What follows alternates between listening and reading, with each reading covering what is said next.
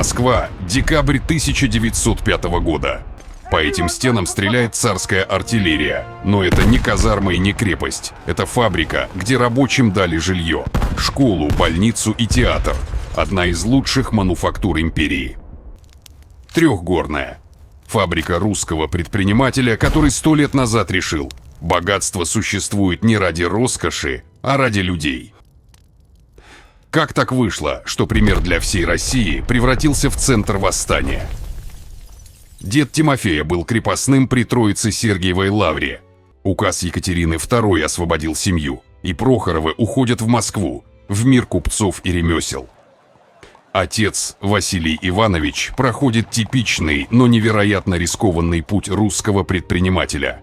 От подмастерья у старообрядцев до владельца ситценабивной фабрики за Пресней на холмах, которые москвичи называют «Три горы». Так рождается трехгорная мануфактура. 1812 год сжигает Москву. Фабрика повреждена, дела в страшно расстроенном виде, партнерство развалено, здоровье отца подорвано. Через 3 года Василий умирает, и управление предприятием стоимостью около 150 тысяч рублей ложится на плечи 18-летнего Тимофея. К этому моменту Тимофей уже 7 лет готовился к делу. В 11 – красильное производство, в 13 – обучение на ситценабивной фабрике, в 15 – самостоятельная торговля товарами в уездных городах. Отец готовил не золотого мальчика, а настоящего промышленника. В 16 он начинает поднимать руины. За 2 года производство вырастает почти в 10 раз. На фабрике появляются паровые машины и механические станки, в момент, когда половина России все еще тянет ремни конной тягой. К 1830-му трехгорная, крупнейшая текстильная мануфактура империи. Но главное открытие Тимофея не в железе. В 1816 году на фабрике Прохорова открывается первая в России фабричная школа. Рабочие сначала смеются: на что нам грамота? Но Тимофей упирается и делает образование частью производства.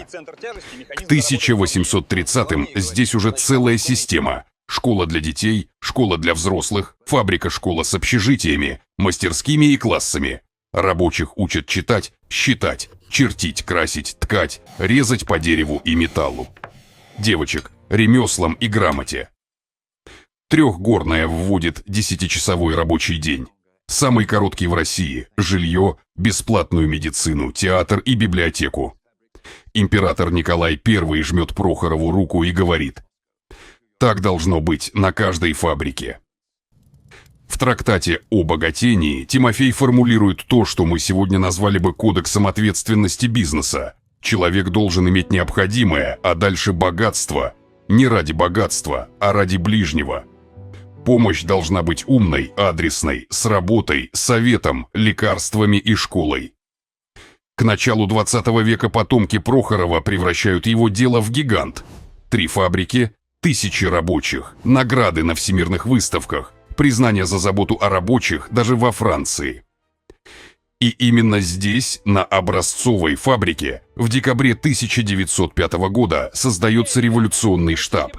В предельной делают оружие, в лаборатории – взрывчатку, в фабричной столовой проходит революционный университет. По Трехгорке снова бьют пушки, теперь уже русские по русскому заводу.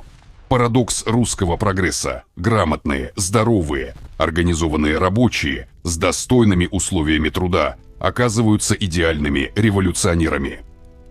После революции Трехгорную национализируют. Династия Прохоровых исчезает из списков владельцев. Некоторые потомки проходят через лагеря.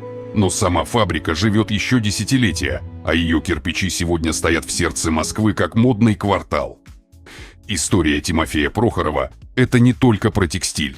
Это про российского предпринимателя, который в 18 лет принял на себя долг и решил, что прибыль должна работать на людей, а не наоборот. Когда нам говорят, что у нас никогда не было честного бизнеса, достаточно вспомнить Трехгорную. Наши предки уже строили фабрики, где людей уважали больше, чем деньги. Вопрос только в том, готовы ли мы быть их наследниками.